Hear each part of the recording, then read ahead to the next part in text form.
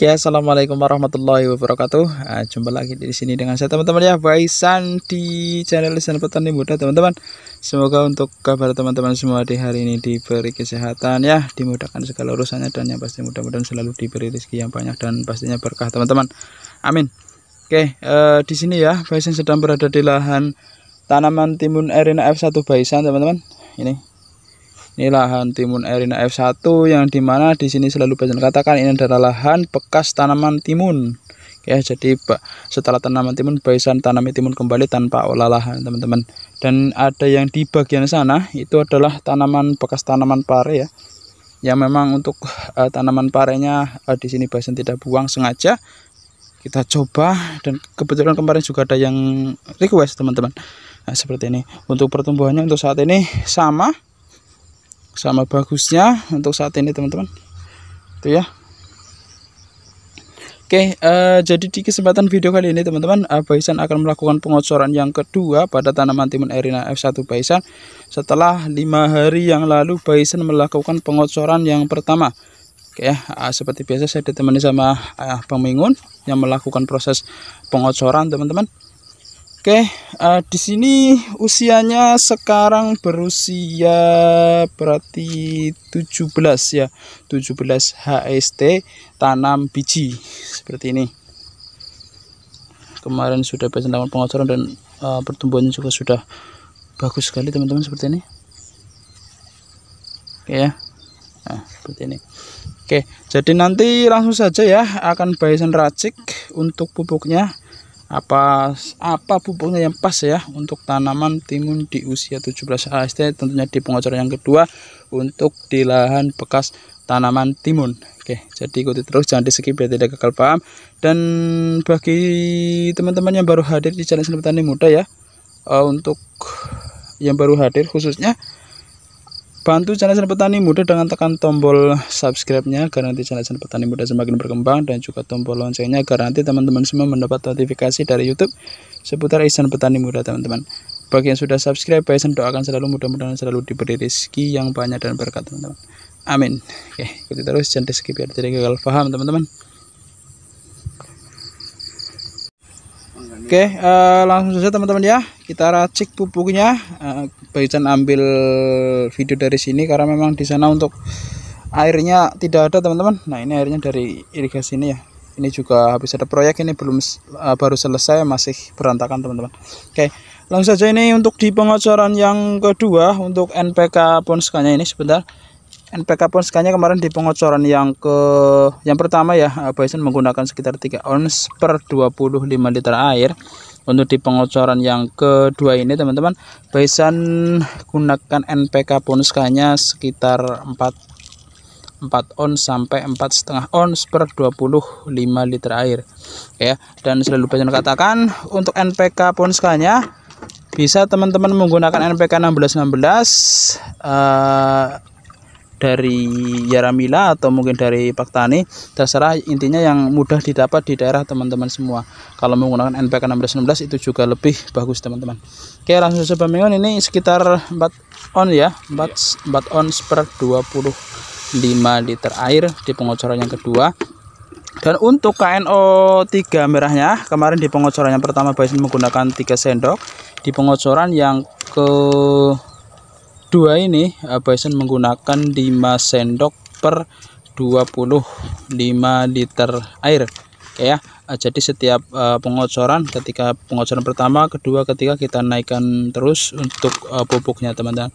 Dan bedanya di sini untuk di pengocoran yang kedua ya, kemarin Baisan tidak memasukkan Ultradap dikarenakan memang ya cukup dengan menggunakan KNO 3 merah dan juga NPK.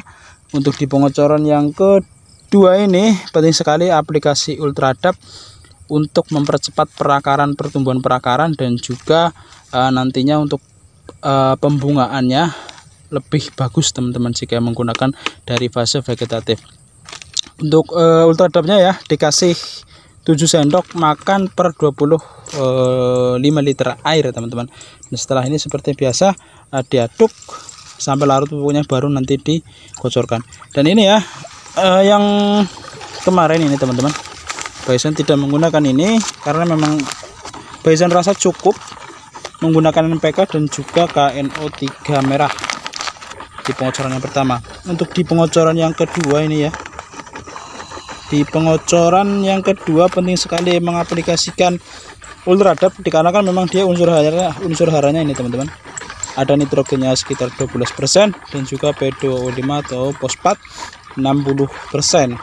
Jadi untuk Ultradap ini dominan fosfat ya, karena memang di fase vegetatif selain fosfat itu memasuk pembentukan bunga dan juga bakal buah, untuk di fase vegetatif fosfat itu juga bisa memang tujuannya untuk mempercepat pertumbuhan perakaran.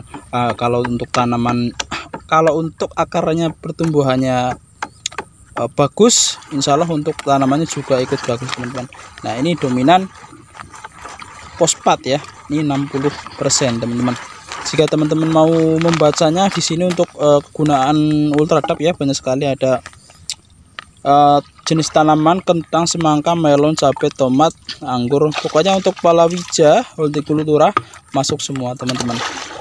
Untuk bisa ini dan juga untuk aplikasi Ultradap ini ya, bisa diaplikasi semprot, juga aplikasi kocor, bisa terserah mau teman-teman menggunakan berapa. Kalau untuk aplikasi semprot bisa menggunakan 2-4 sendok makan per tangki ya, atau sekitar kalau menggunakan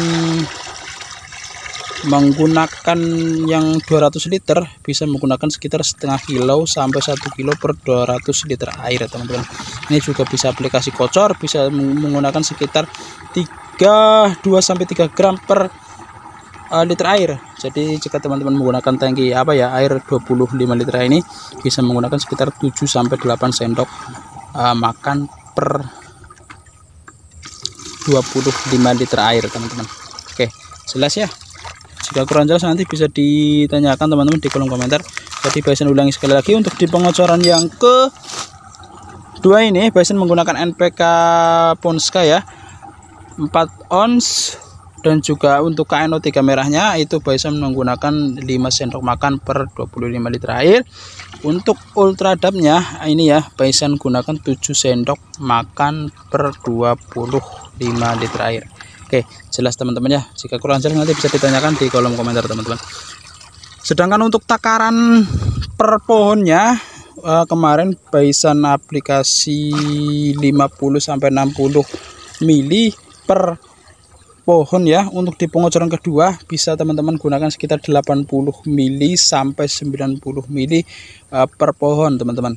Oke, untuk ini untuk di pengocoran yang kedua, karena di sini Baisan menggunakan jadikan ini ya, jadi tidak bisa pas, cuma kira-kira ya. Kalau memang sudah biasa itu mudah teman-teman untuk dikira-kira. Jika kurang mantap bisa menggunakan gelas takar seperti biasa yang Baisan lakukan itu teman-teman, tapi mudah lebih enak dengan ini ya. Jadi untuk di pengocoran yang kedua dikasih sekitar 80-90 mili per pohon teman-teman. Oke, nanti Baisan kasih tahu kira-kira seberapa takaran per pohonnya. Oke teman-teman, satu pohon sekitar 80 mili sampai 90 mili per pohon, kira-kira seperti itu. Nah cukup ya seperti itu teman-teman. Ini untuk di pengocoran yang kedua teman-teman, dikasih sekitar 90 mili. Dan untuk sulamannya ini ya, untuk takarannya jangan terlalu banyak, ini penting sekali. Jadi jangan disamakan dengan tanaman yang sudah besar seperti ini. Jadi kalau ini sekitar 90 mili ya, ini sekitar paling 50 mili. Dan untuk takarnya pun seharusnya dikurangi, tapi karena sulamannya tidak banyak ya dikasih saja, cuman dosisnya per pohonnya dikasih sedikit teman-teman. Oke ya, jelas ya. Jika kurang jelas nanti bisa ditanyakan di kolom komentar teman-teman. Di sini Baisan juga mau melakukan aktivitas yang lain. Jadi cukup sekian dari Baisan, mudah-mudahan bermanfaat ya. Dan jika video ini bermanfaat jangan lupa tekan tombol like-nya agar nanti Baisan lebih semangat membuat videonya teman-teman. Dan juga tekan tombol subscribe-nya agar nanti channel Lisan Petani Muda semakin berkembang. Oke, sekian dari Baisan. Salam petani muda Indonesia. Assalamualaikum warahmatullahi wabarakatuh.